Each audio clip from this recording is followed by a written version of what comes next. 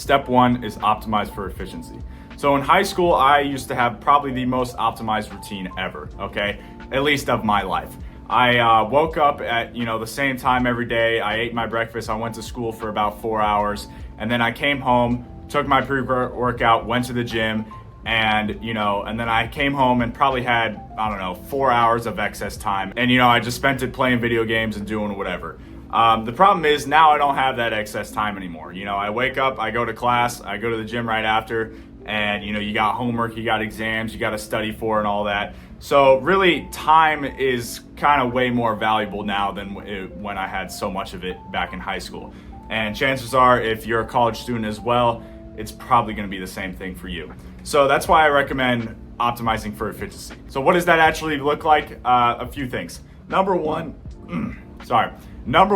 is buy your own equipment, all right? You probably don't want to go into the gym after 6 hours of classes and wait 45 minutes for a rope attachment to be available, right? So I would recommend going on Amazon, picking up some a D handle, a rope, maybe a lat pull down bar for $30 all in all, and bring that to the gym. And then you don't have to wait for that equipment ever again. So that's definitely a benefit. Number two is, don't be normal with your split. Everyone benches on a Monday, right? That's kind of a world-renowned gym goer fact, right? Maybe don't bench on a fucking Monday. Okay, I don't bench on a Monday anymore because everybody benches on a Monday. I don't want to have to take my pre-workout, time it perfectly where I go into the gym and then have to wait 20 minutes because there's only 4 benches and all of them are taken with a 2-person line each, So if benches are busy on a Monday, maybe don't bench on a Monday. Another thing for efficiency is don't wait to go till late at night. Obviously, there's going to be peak time late at night at 6:30 to 9 is probably when everyone else is going. But also just get the workout done when you can. Obviously still enjoy it. Don't be oh, I have to go and get it over with. Just take your pre-workout, go to the gym, and get it done early in the day so you still have time at night. Sounds obvious, but nobody fucking does it. So probably the most important thing for training is optimizing your volume and all that. You don't need 15 sets of chest per workout, if you're hitting it twice a week. I'm literally hitting 10 sets of chest a week, right? And it's probably my biggest muscle group. And the reason I can do that is because I actually train hard and I know what to train, all right? If you actually figure out your recovering volume and your fucking maximum MRV or whatever, then you can figure out how to do a workout in, an hour and have it actually be effective. Pick a split that's not dumb as fuck, hitting arms, chest, and back all on the same day. Personally, that's why I don't really like upper lower splits because upper days are just long as fuck. My personal split right now, you can copy it. I think it's very optimal, perfect for college students because it's just 3 days on, 1 day off, and you just repeat it for whenever. So it is asynchronous. It doesn't line up with the week, but I don't know. That's kind of nice because then if you have something on a Wednesday one week and something on a Tuesday the next week, you can just line it up, right? So day 1 is chest and back. Day 2 is arms and shoulders. Day 3 is legs. Rest is day 4. Day 5 is push. Day 6 is pull. Day 7 is legs. And then day 8 is rest again. So we're optimizing for rest and we're optimizing for, twice a week frequency. And also you can add in a few extra arm sets on your chest and back day if you really want to pound your arms and they're recovering too quick or whatever. But yeah, efficiency really is everything because without it, you're going to be in there for 2.5 hours and chances are you probably don't have that time in college. Okay, you're going to be studying, you got your fraternities and sororities, you got intramural shit, you got, other clubs and stuff that you want to go to. So yeah, I would buy attachments, go whenever you can, as soon as possible. Obviously not optimal to go at peak times. That's just not a good idea.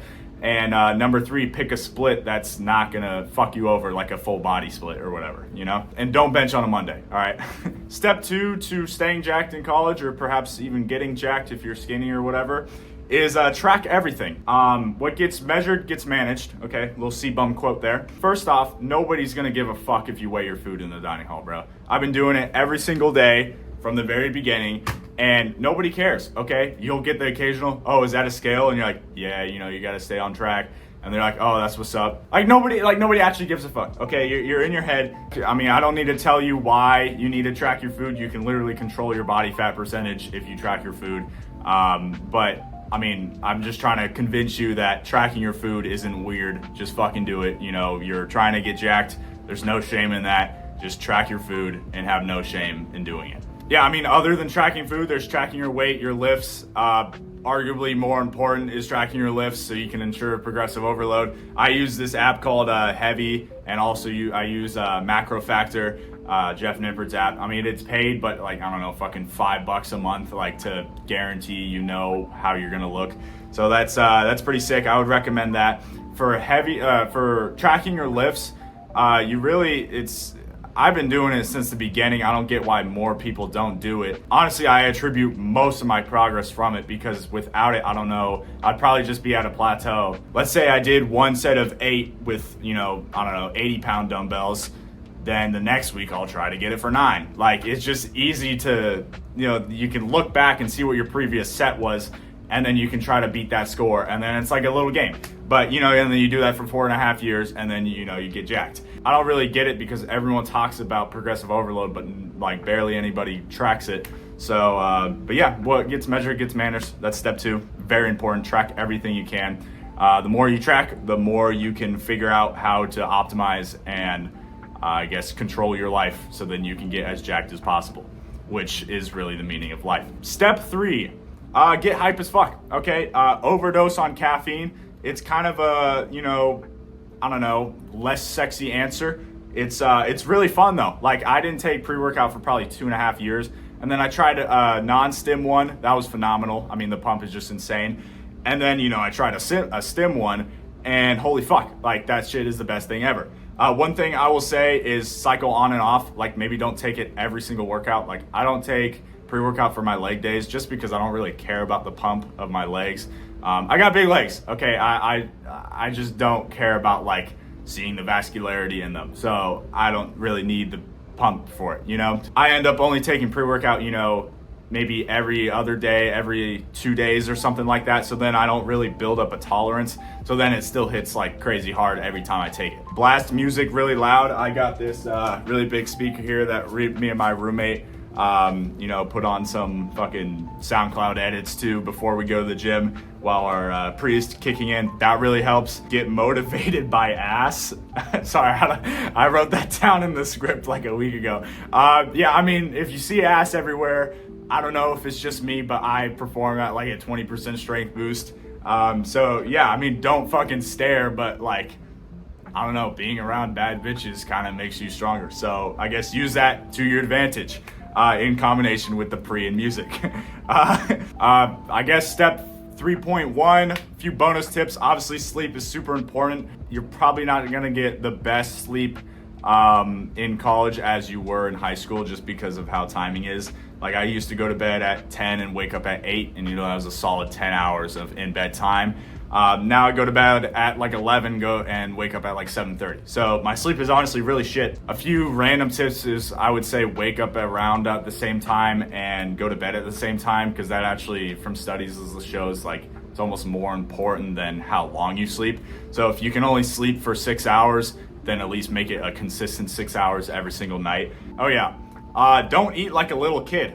Fat bitches for one, but also like grown-ass dudes getting fucking ice cream from the ice cream buffet at 11 a.m. in the morning.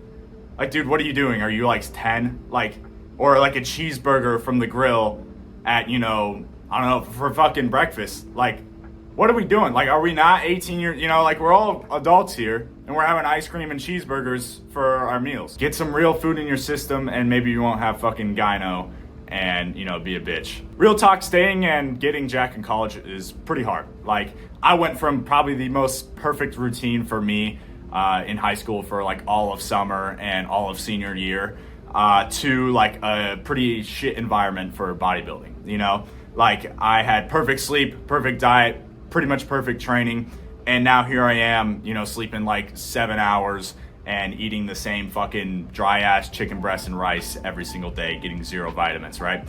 But the reality is you gotta adapt. You can't just stop working out and stop trying. Like, if you're bulking, it's probably gonna suck. If you're cutting, it's probably gonna suck. But just, hard things suck. Everything that's good in life that's worth the getting is gonna be hard and it's gonna suck. So, I don't know. fucking take this advice. I hope you learned something. This is my first video back from a long time, but I had a big struggle like adapting to this like kind of college environment and going from my super optimum routine to kind of disheveled and, you know, all this random stuff. And I don't know, like I figured out how to adapt, and, you know, it's getting better. I'm like learning different things that I can do every day to like make my routine better or whatever. But yeah, I mean, just try shit and take my advice, and you'll stay jacked in college and not be a fucking bum. So yeah, thank you for watching. See you in the next one.